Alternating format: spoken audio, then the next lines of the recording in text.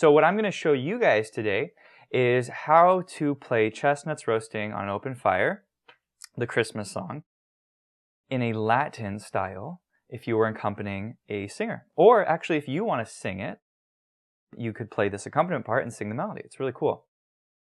Specifically, now the word Latin is sort of an all-encompassing word. It's an umbrella term for different, there's many ways of playing something Latin, okay?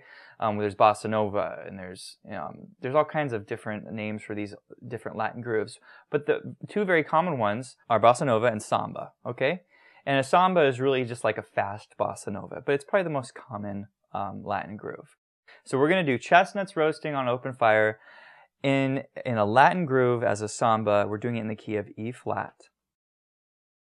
And it goes like this, okay? So I'm going to kind of show some of it to you, and then we're gonna break it down. I'm going to kind of tell you the chords I'm using. Here we go.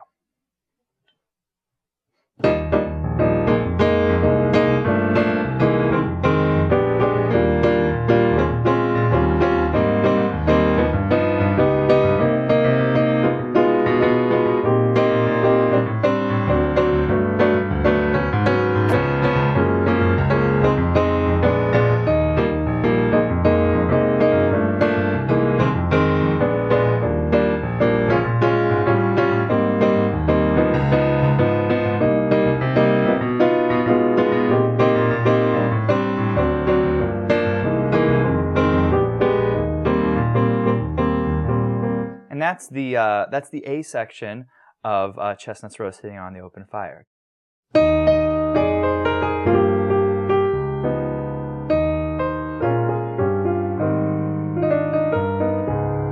Okay, I'm playing it much slower, but if we were to speed that up,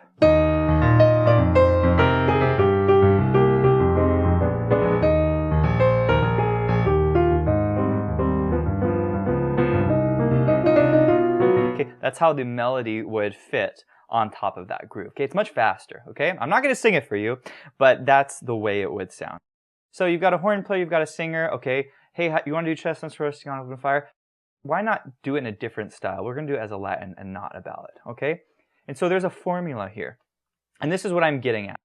This is the secret. This is my secret to playing a song in a samba or a bossa nova style.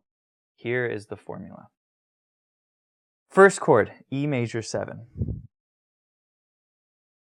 Let's start with the left hand.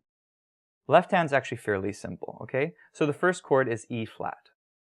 This is the formula for a left hand bossa nova or samba bass pattern. Chords E flat, we go 1, 2, 5, 2, 1, 2, 5. That's hard, isn't it? It's not hard at all. It's amazing when you break things down how simple they are, okay? So E flat chord, we're going 1 to 5 to 1 to 5 to 1 to 5 to 1 to 5, okay? That's it. There's your bossa nova bass or samba. In this case, it's faster. It's a samba. Right hand's the tricky part. This is the tricky part, okay? It's the rhythm that's hard. We're going to start the tune. We're going to start it off with this really beautiful E flat 6-9 chord. And we've got G, B flat, C, and F. 3, 5, 6, and 9. These are called degrees of a chord. We refer to the degrees of a chord rather than the notes. Okay? In jazz, this is jazz theory. So E flat is the root.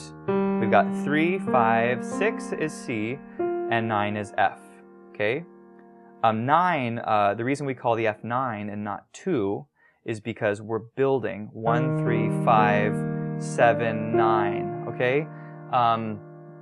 In jazz and in most music, we build everything in thirds. So, F, E flat triad looks like this. A 7th, major 7 looks here, and then the 9th is the 2, okay? It's just customary to call the F the 9, and we can, if you watch some of my other courses, I'll get a little more in detail about why we call it the 9. But just to know for now, when I say 9, just think of it as 2. That's our first chord. And the first pattern, the right hand pattern goes.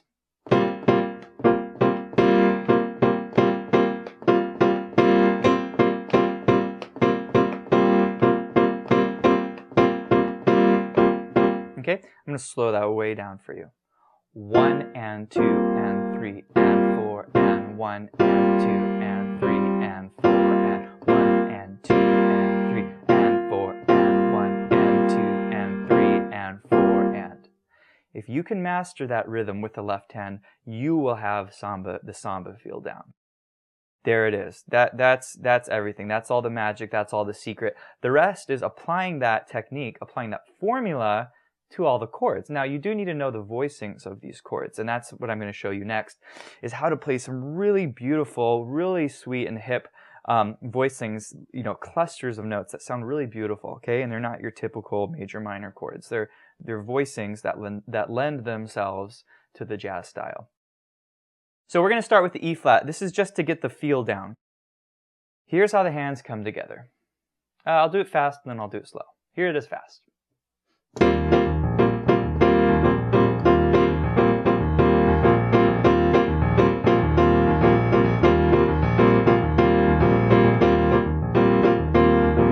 Okay, pretty simple. Well, not really. Let's slow it down, okay? You have to feel this. If you don't feel it, you won't get it. You have to get it inside of yourself, okay? So, here's how the hands line up. I'm going to go real slow.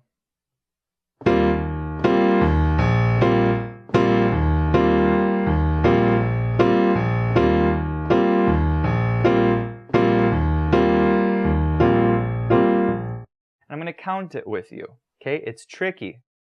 Sometimes they line up and you're like, really? Does this really line up with this bass note? It actually does. It's what gives it that syncopated, groovy feel, okay? Here it is counting. 3 and 4 and 1 and 2 and 3 and 4 and 1 and 2 and 3 and 4 and 1 and 2 and 3 and 4 and 1 and 2 and 3 and 4 and. And the trickiest part of this groove, there's one beat that's the hardest. It's the and of 4. Because you're hitting the B flat with the chord on the and of 4, which feels really weird.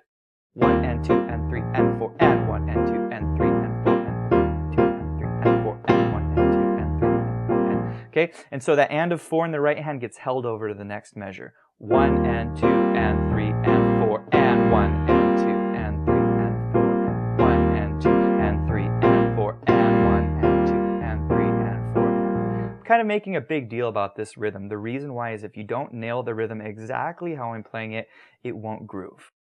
So that's the groove. Work on that when you get really comfortable with that. Continue on this lesson, and I'm going to show you all the chords, okay? Okay, so you've mastered that pattern.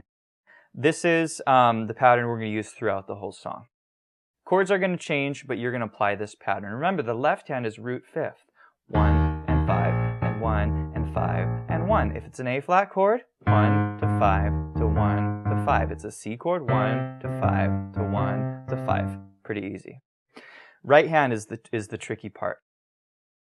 And this is really, I think, beyond just the feel of the song, is getting these beautiful jazz voicings in the right hand, these luscious voicings, these clusters, these colors to sort of pop.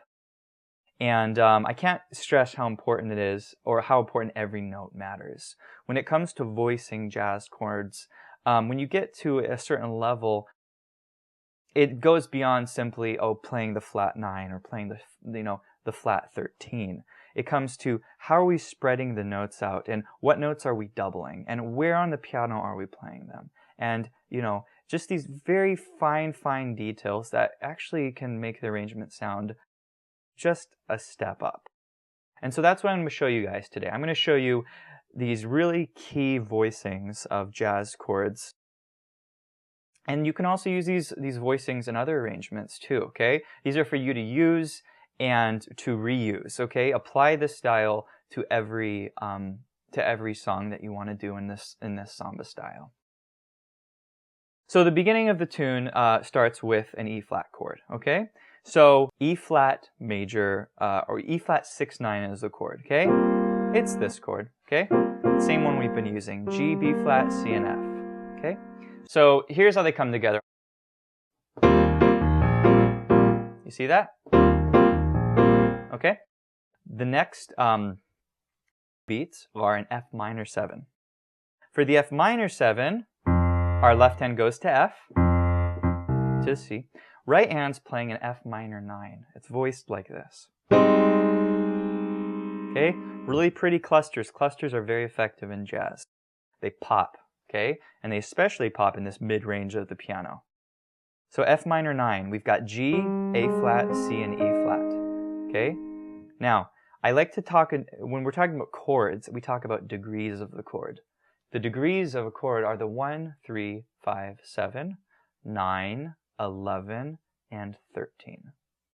So in this case, we're using the 9, which is G, the minor 3rd, which is A flat, C is the 5th, and the lowered 7th, which is the E flat, okay? And this is like an F minor 9 chord. 9, 3, 5, and 7, okay?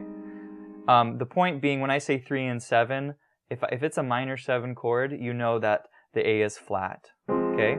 And that the 7 is lowered. There's your F minor 7, okay? In root position. That's just the regular bass chord, okay? But we're going to put the 9 on the bottom, okay? This is also a rootless chord. We play often, most of the time when we play these cool chords, they lack the root. The reason being the root's in the bass.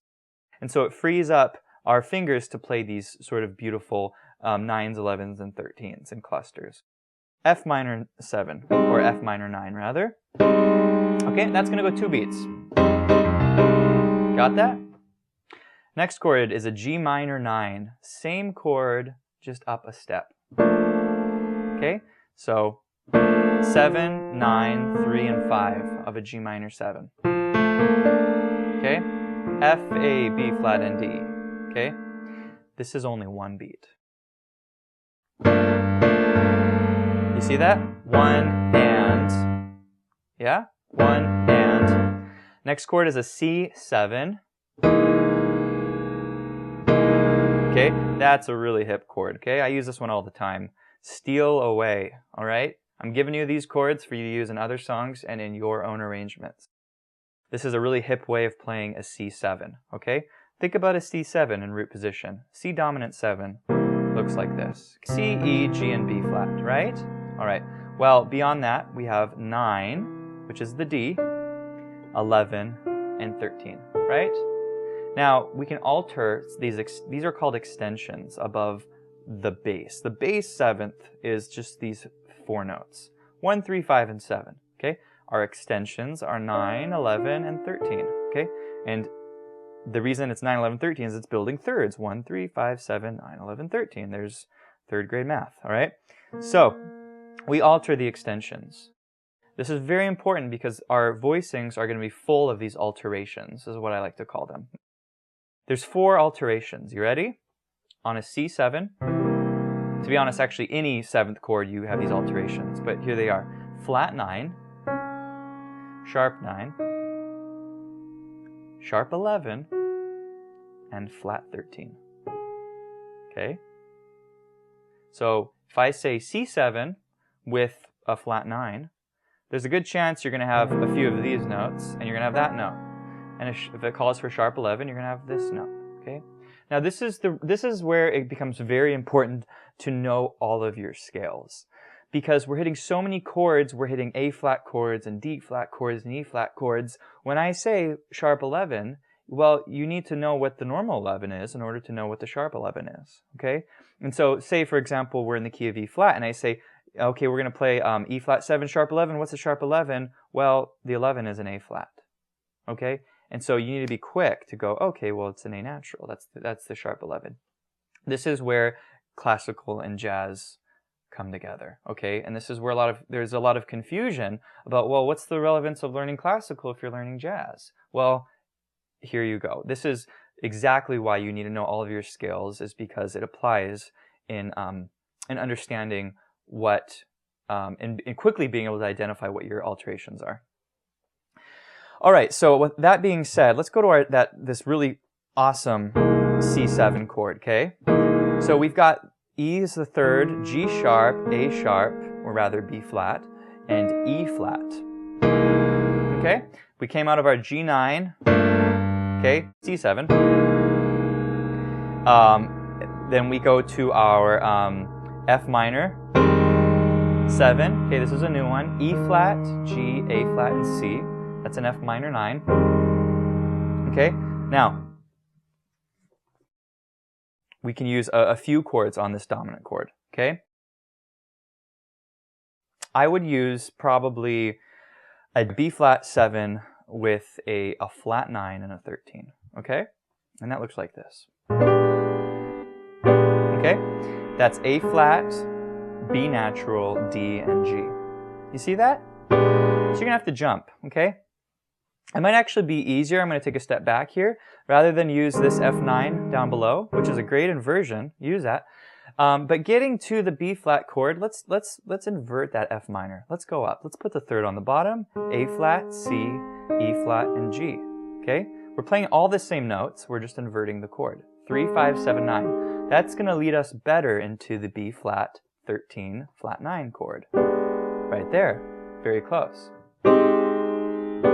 Okay, we only moved the internal notes. You see that? Okay.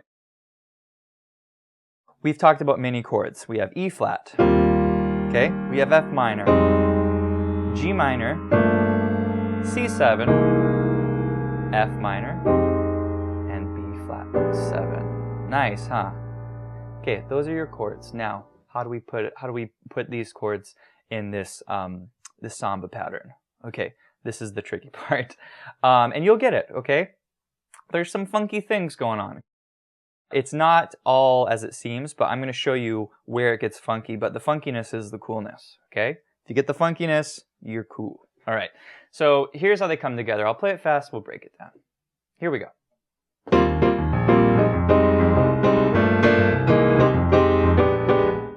There we go. It goes by really quickly. But the key here is keeping this rhythm, the samba rhythm. Okay, so here's how it breaks down. I'm going to show you. I'm not going to try to count this. It's very difficult to count. But you'll see where the notes come. Okay, here we go.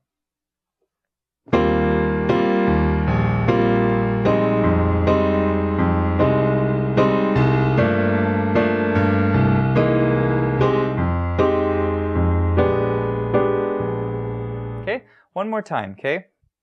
Now, before I play this again, you'll notice sometimes when I change chords, you're anticipating the chord before the beat. I'll do it again, watch this.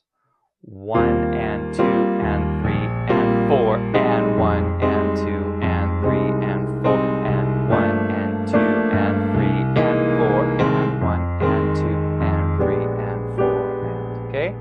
So that's really key here, is knowing where to anticipate the chords, okay? I'm going to do that one more time. Just remember the left hand, we'll do the left hand by itself here. Here's left hand. 1 and 2 and 3 and 4 and 1 and 2 and 3 and 4 and G to C to F to B flat, okay? We're changing every beat that time around, okay? So we're moving G to C to F to B flat, okay? Pretty explanatory. Here's how the right hand lines up. We're going to go really slow, okay? You're going to see exactly what I'm doing. 3 and 4 and 2 and 3 and 4 2 and 4 and 1 and 2 and 3 and 4 2 and 3 and 4. Okay? Really important to get that right hand anticipating where it needs to anticipate. You'll notice on the end of that phrase, the G minor, 1 and 2 and, or 1 and 2 and 3 and, that's where that guy comes in, 1 and 2 and 3 and 4 and, these coming together and anticipate the F. We'll do it one more time. 1 and 2 and 3 and 4 and 1. Okay? We'll do that again and we'll keep going. Really slow. 1 and 2 and 3 and 4 and 1 and 2 and 3 and 4 and. Here's the last measure. 1 and 2 and 3 and 4 and 1 and 2 and 3 and 4 and. Okay? Spend some time with it. You have your notes here, okay? Keep replaying it over and over again. You'll get it. So in my full course of this lesson, you can actually learn every voicing that I play on these chords. There's a lot of chords in this arrangement, And you don't get this in a typical book, right? I mean, every couple measures you get kind of a basic chord, and usually the arrangement's, you know, decent. But these are really interesting jazz voicings that I've sort of developed over the years, and some of them are sort of stock voicings that a lot of people use. Other ones are ones that I've come up with. But check out the full course. You get the full arrangement, and by the end, you'll be able to sit down and play the song exactly how I played it, or at least very similarly. I changed it up quite a bit because that's what you do in jazz. You don't play it the same way more than once. But I'll show you some of these really beautiful voicings, and I'll show you a lot of chord substitutions where you can sit down and play a really tasty Latin version of the song, and certainly anyone who performs the melody will enjoy the accompaniment.